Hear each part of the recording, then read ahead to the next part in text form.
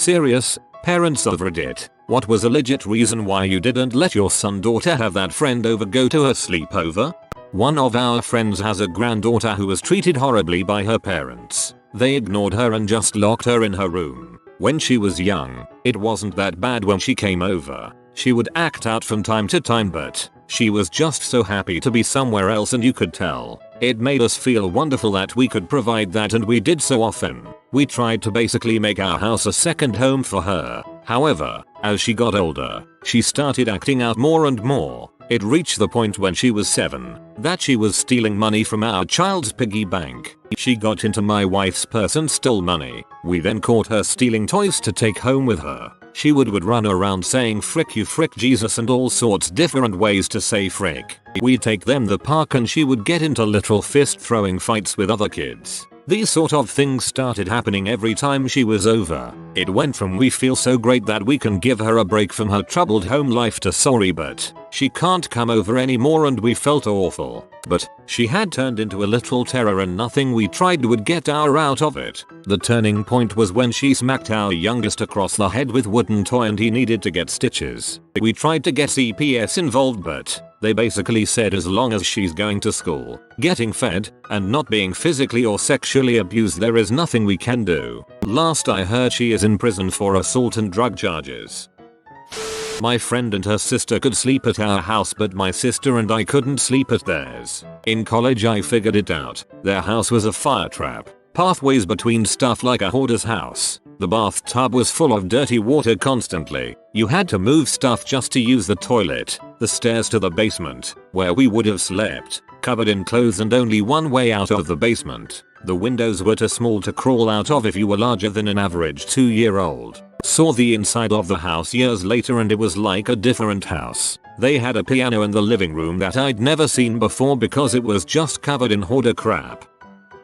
My daughter was the one excluded, so thought I'd add it as almost like a SAR. My kid has alopecia. For those that don't know, it's an autoimmune disease that causes your immune system to treat your hair follicles as a threat. Boom. Hair loss. Hers is stress induced, and she went completely bald. Eyelashes and eyebrows too. For almost 2 years. One of her friend's parents wouldn't let her go over there because she said she didn't want my daughter to spread her disease to her kids. She said this to my kid's face. For one, that's uncalled for. She had my phone number. Call me. 2. IT isn't contagious. My daughter cried for days.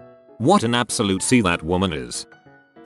Kid has severe behavior issues and is super violent and destructive. The one and only time he came to our house, he threw all of my daughter's underwear around the room to embarrass her. The worst incident happened at school though, when he tried to choke her out. They were 5 years old at the time. I feel bad for the kid and all, and I know his mom is doing everything she can to help him, but I just can't allow that kind of behavior around my kids and in my home.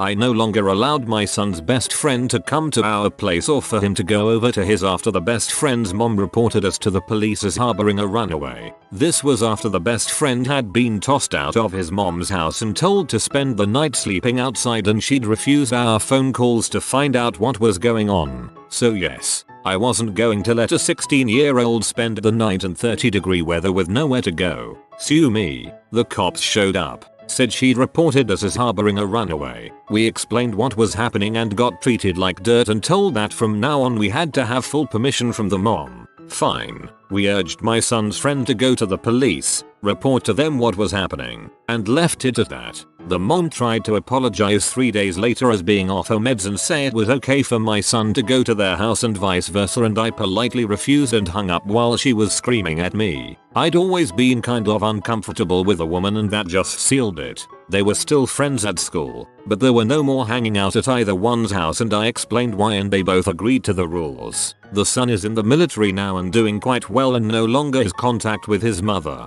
Gee, I wonder why. Sounded like a trap. Vice versa. My son started public school after going to Montessori school in 4th grade. I met another mom whose son started from private school the same year. My son was weird about befriending her son and I wasn't sure why. Shortly into the friendship, the single mom started asking if her kid could sleep over every Friday. I was fine with that. Then it became school nights. Not so fond of that. Her son started showing up at 6:30 AM before school when we were all still sleeping. My son made other friends and just tolerated friendship with her kid. We explained that his home life wasn't great and he didn't have anyone most of the time. Halfway through the following school year, the kid brought a knife to school and pulled it on my son. The school did nothing. Baltimore. So I contacted her to let her know what happened. Her response was that he was such a goof. My son was rightfully avoiding him at this point, and the mom had the audacity to contact me and ask if we could watch her son for half a school week because she really wanted to go on spring break out of state with friends. She is in her late 30s getting a PhD in psychology. I had to tell her she and her kid were never going to be invited again. The kid that wanted to come over has been over once before and he shattered a window when he got mad, then ran to his house 3 blocks away. Came over to our house and ripped my daughter's brand new JoJo poster that she was so proud of to shreds. Mother did nothing. To make it worse, my daughter tried to tape it back together. My heart was breaking. My cousin did the same thing to my sister's poster. He was, and still is, a douchebag and compulsive liar as well. He is destructive and has some unmedicated issues that affect his interaction with other kids. The kid doesn't play, he just upturns bins, throws things around and breaks stuff. My son is growing out of this kid. The kid is very sheltered and doesn't have the behavioral therapy that the doctors recommend, so he is just too much for my oldest and now my second to deal with. So that means the requests for him to come over are drying up. They really have nothing in common anymore. I had to hide our Xbox anytime he came over after he broke multiple games and couldn't understand why the shattered CD wouldn't work and why we were mad.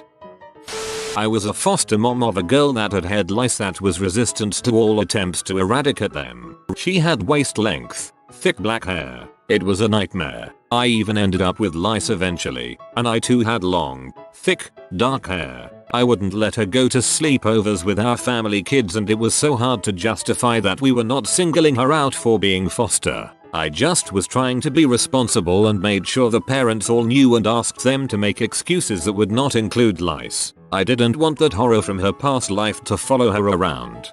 I know this is crazy after the fact, but if you're ever exposed to lice in the future that are resistant to lice shampoo, use a hairdryer on high heat. The lice can't take it and die off. It also kills the eggs. My daughter had some resistant ones from a cousin. Kid was on serious medication for major behavioral issues. The kid's sibling was the favorite. Parents were dumb set and wanted kid at our house without medication because it was good to take a break from antipsychotics. I say and wanted kid because he'd come over on an empty stomach and left for hours after the promised pickup time, while they took the other kid out to eat and shop. They also didn't offer snacks, drinks, and eventually banned reciprocal visits. It sucks that the parents were crappy. Kid tried to commit suicide at one point and was institutionalized where, wonder of wonders, not taking a weekend break from medication left him much more stable. He was a complete butthole with no respect for adults. Breaking point was when he put bleach in a spray bottle and chased our 5-year-old around spraying him. His mother apologized, but never again. My daughter's best friend comes from a home where the parents are kind of a mess. Trying to explain to her why her friend can stay at our house, but she can't stay at their house without flat out saying her parents are constantly dealing with the police over domestic violence. Plus you'd come home smelling like an ashtray and get the equivalent health benefits of smoking a few packs of cigarettes is a real challenge. I know the band kid. He would break crap, hide from you, hit the dogs, and he'd be rude and physically abusive to my grandmother. He'd pinch her for literally no reason, and probably little kid punched her a few times. He would scream for no reason, and no matter what you did for punishment he'd ignore it. My mom physically threw him and all his toys out of our house one day after he hit a couple dogs and pinched my grandmother in quick succession, and he just stood outside and fake cried telling us to let him back in. We live in the middle of nowhere with no neighbors or traffic. He wasn't in any danger, and if he actually thought about it he could have found his way back in. I think like an hour of peace went by and she finally let him back in. Stories from school include walking out of class and into another and then beating a kid up, pulling a girl down by her ponytail and wailing on her, attempting to stab a kid with scissors, and being such a handful the teacher tried to get him moved to a special needs school. He was 5 when all of that was going on. He's 6 now and medicated with therapy and doing insanely better. His mom is moving cross country with him to be with her family so they can help look after him. He was banned from a lot of school events and didn't have many friends, but that's turning around now. It's nice to hear that, at least in one of these stories, things are turning around for the banned child. Hopefully he continues down the right path and is able to make friends and be a good kid. Pretty sure her dad was abusive and she picked up on that hostility. I didn't let my daughter go over and she doesn't come over here because, despite me feeling bad for the girl, she spent her time in school with my kid telling her to not listen to the teachers and to be disruptive. 9 years old if that helps to understand. Have the same situation with a neighbor. The father is a drunk and abusive and the kids have learned how to choke other kids out from seeing the father to that to their mother. They are also destructive and have no respect for other people's property. The violence. This kid just was violent to the bone. A kid tries to do anything with this kid and a moment later they are either in a headlock or crying on the floor with bruises under their shirt. I found out a few months ago he got put into juvie. Don't think he's far from a prison sentence after he steps out. A relatively new male friend of my 13-year-old came over for the first time, and when I say come over, I mean climbed over a 6-foot cinder block privacy fence to surprise 13-year-old with an engagement ring, plastic, and a plant, stolen from neighbor. Full stop. She was then invited on his family's vacation. She did not go. Our romance is truly alive and well, I see. He was a little kleptomaniac. He came over exactly 3 times to hang out. Each time something would go missing. No more visits. Found out recently he was recently charged with embezzlement at the company he used to work for. I hated not letting the child sleep over, but that would have meant that my child would have wanted to sleep over at his house. His mother was living with a very abusive man who raised every single hair on my neck. This man taped off areas where my son's friend could walk and sit, rationed food, etc. I was not about to let my son be in that environment. The friend started acting out from abuse. I had already talked to the school counselor about my suspicions and CPS was involved. It was hard to explain to a child of 8 why this friend couldn't come over.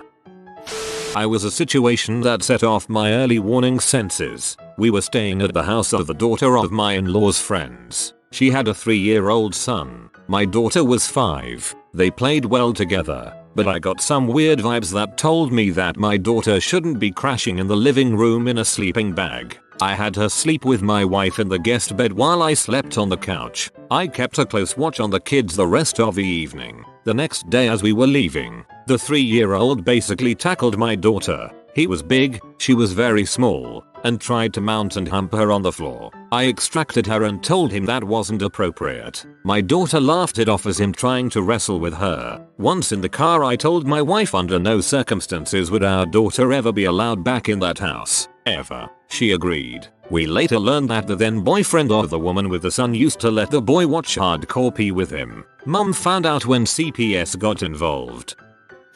I wasn't allowed to go to sleepovers anymore after my cousin's best friend murdered him at theirs.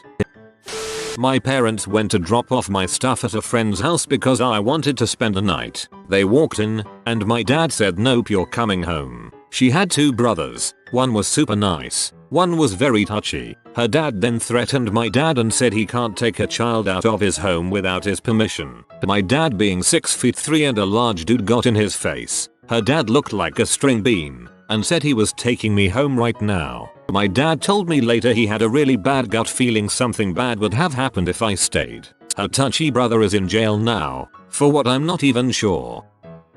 When I was in middle school my friend was a bit goth and tough looking. I was a good kid and my parents knew it. My mom didn't want me hanging out with my friend because she thought she would be a bad influence on me. I told my mom that wouldn't happen and that I would be a good influence on her. My mom said okay. My friend was not bad in any way. She just liked goth clothes. Turned out she was a good student and she lived in a mansion and was super nice. We went to Six Flags Fright Feast and she got me over my fear of throwing up on a roller coaster. Leslie, you were a really good friend and your dogs were super cute. I hope you are happy in life.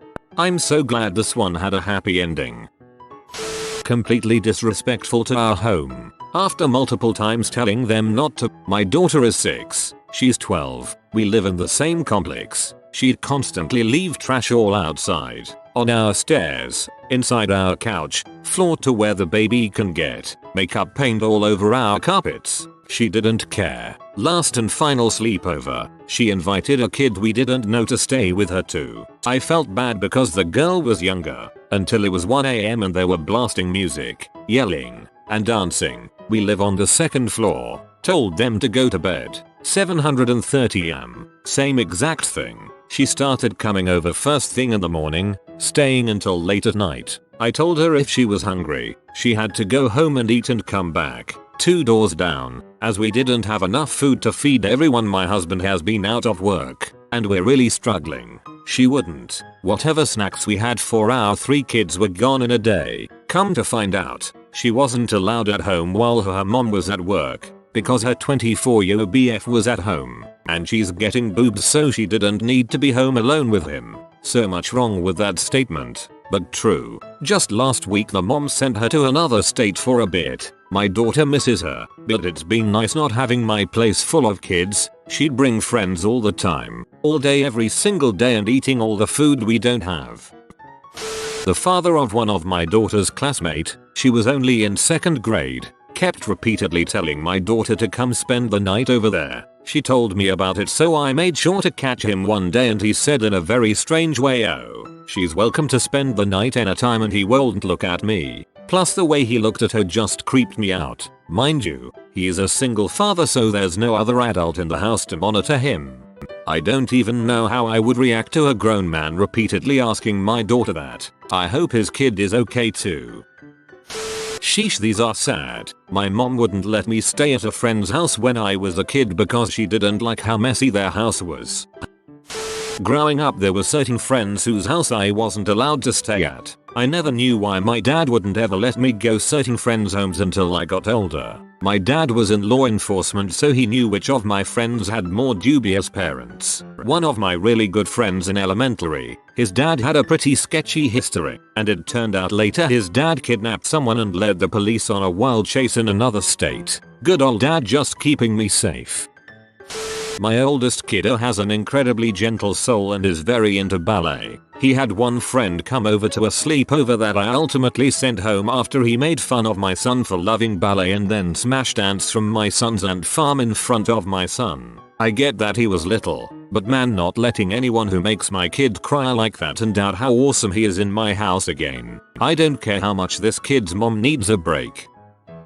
My youngest son had a friend who was very perverted, to put it lightly, around my youngest daughter. He'd stop by during the day and they, son and friend, would play video games in the basement, and the friend would make a dozen trips upstairs. I didn't mind or really take notice beside just being odd. He'd step away from a game so much. Then one day I'm walking down the hallway and he's in her bedroom smelling the sheets. I think, yep, you're done.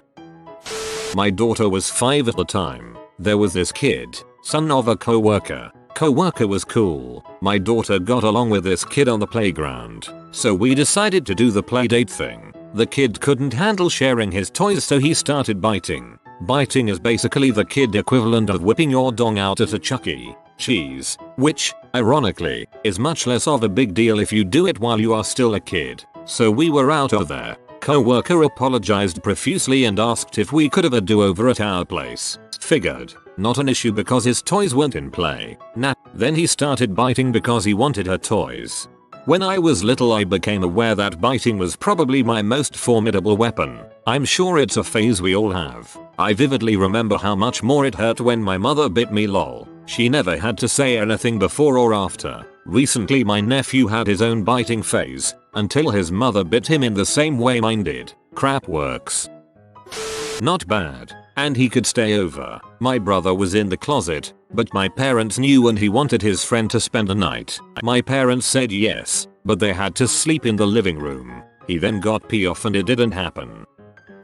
2 different friends with moms that smoked M, one in 5th grade and one in 6th. They actually both lived with us at one point or another. The kid in 5th grade was a nice guy, a little hyper and kind of mischievous, but had a really good heart when you take him home environment into account. He ended up staying with us for a week when his mom lost the house they lived in. I think after that he went to live with a relative. I didn't see him again until we were adults and he just happened to come into my work. He's a bodybuilder now. My mom stopped letting me go over to his place long before he came to stay with us though. Apparently one time his mom just straight up asked my mom if she wanted to smoke some M with her, which she declined and quickly got us the frick out of there. The kid in 6th grade was introduced to me through a mutual friend. I came home from a weekend at his place and told my mom about my time over there. She asked me a bunch of follow-up questions, ending with does it smell like they have cats? I told her yes. And she asked but they don't have any cats,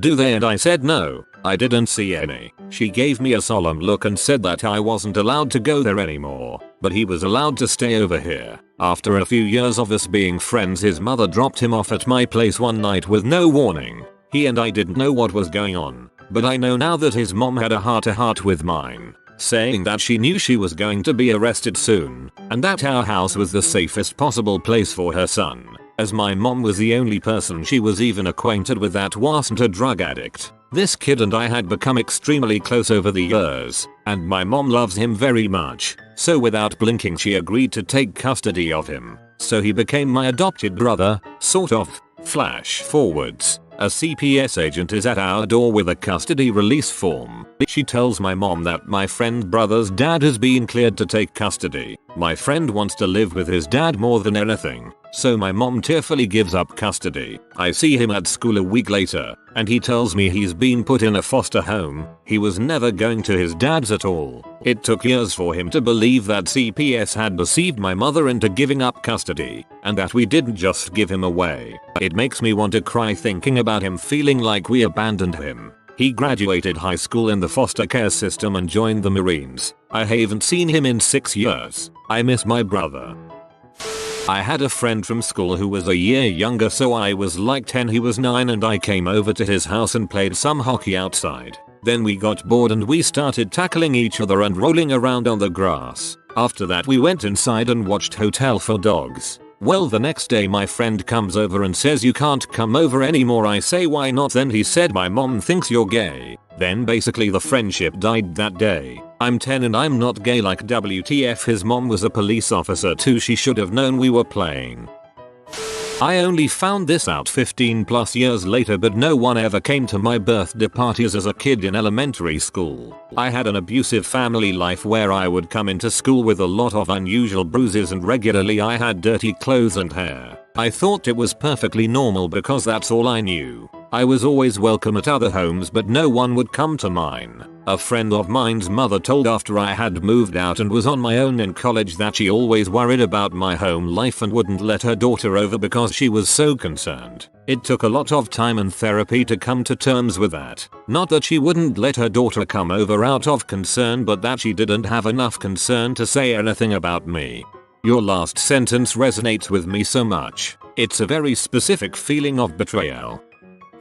I was the kid in this situation. I was 10 years old, and I had a very self-obsessed friend, but it was no biggie until she started stealing from me, and then from my sister, and then from my parents. Each time she came, something was missing. When it was me, I blamed my sister. When it was my sister, she blamed me. We didn't really realize it was her until money that was around the house started disappearing. My mom did 1+1 and told me to tell her she's not allowed to be my friend anymore. I was sad about it, but it was also kind of a relief. IDKY, but it felt very high maintenance to be friends with her. I was around 10-11 and I could feel like I was happier and had more freedom. Does that make sense?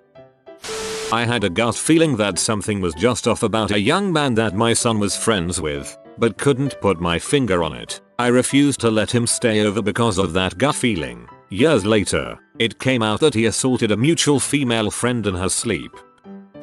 As a parent, I never had to make this decision. My child and I had coded responses with each other. I knew from my own experience that these situations can be very tough and your school friends sometimes try to pressure to do things you don't want to do, especially if they have their own agenda. Basically, if my child said, "May I go do this?" I knew she really wanted to and felt comfortable, so my answer was yes unless we had family stuff to do. If she said can I knew she felt uncomfortable or pressured into asking, so I would have her back and say number. I always trusted my child first and gave her the power to communicate, learn to trust her own gut and be confident. We made up codes between the two of us for her entire growing up. It worked so well during her teenage years. If she was uncomfortable at a party or situation, she would text me a certain phrase and I knew she wanted me to call her with a reason to leave. We also never had curfews. Each event was different. We would talk about it and decide together what time she would be home. Now as a grown up, she has thanked me a lot and said this was one of the best things I did for her growing up. She always felt like we were in it together. We were, and she is turning out to be an amazing person. This was a very rewarding part of being a parent. Not her parent, but my sister is 9 years younger than me. Wouldn't accept her ex-boyfriend. Not being toxic and the whole defensive act some big brothers do. I just didn't like the guy. He was super emo and I could just see some light in my sister going out. He was really possessive of her and whispering like freaking worm tongue in her ear all the time. Weird stuff now, not like whispering secret little jokes but whispering conversations. I assumed they were mocking me or my family. I ended up making a demand that he not be in the house if I was home. Not something I have ever dreamt of doing before or since. Turned out he was whispering super dark crap about suicide, self-harm, as well as subtly belittling and completely emotionally blackmailing her. She broke down and told my mum all about it. Thankfully, they then broke up, but he hung around trying to contact her for ages. He'd be telling her that if she didn't go back to him that he'd hurt himself etc etc. Took a while but it fizzled out. She was back to herself in no time, thanks to Jesus. Fast forward 10 years, I'm on an A&E shift. I assess some poor girl who has addiction and mental health problems. She'd had a few suicide attempts in the last year. Lo and behold, who's her boyfriend? The same scrawny little bollocks. He refused to acknowledge my existence when I assessed her. He just sat there looking at her and grinned. Not smiling but bloody grinning. The whole time. Psychopath. This didn't happen to me, but one time my cousins, 8 and 10 years old, wanted to have this older kid, just turned 18, over from their church to spend the night. The guy wasn't really weird at all and seemed nice and I'd hung out with him a lot, but their mom just didn't feel right about it and said no. About 2 years later it came out that he had been molesting kids at another church he was going to and had gotten arrested. Crazy stuff. My kid is not allowed to go to his friend's house down the street. Too much police activity there, including a friend of that family arrested for selling drugs from there while visiting. No whoop. I have told him it's not a safe house, and his friend can come here but he can't go there. There are other reasons why I don't trust their judgment, but I figure the drug stuff is enough, right? Not parent, I was the kid. Used to be friends with this girl that I met at sporting events around 10 times a year, and I would always want to hang out with her and spend a lot more time with her than I was ever allowed to. She gave my parents a really off vibe, and apparently used to ask really inappropriate questions. My parents wouldn't let me go to hers at all. A month ago, she was imprisoned for killing her ex-fiancé by beating him, tying him to a car and dragging him before stabbing him multiple times and then setting his body on fire. She had helped, but she was the main one. Dodge a bullet there. Dad is a chain smoker and smokes in the house. We'll have my daughter's friends stay over, but we'll find an excuse to have her take a shower early on, go to the park, swimming, etc. Our daughter can't stay there overnight, and even if she is there for a few hours, she showers and changes clothes as soon as she gets home.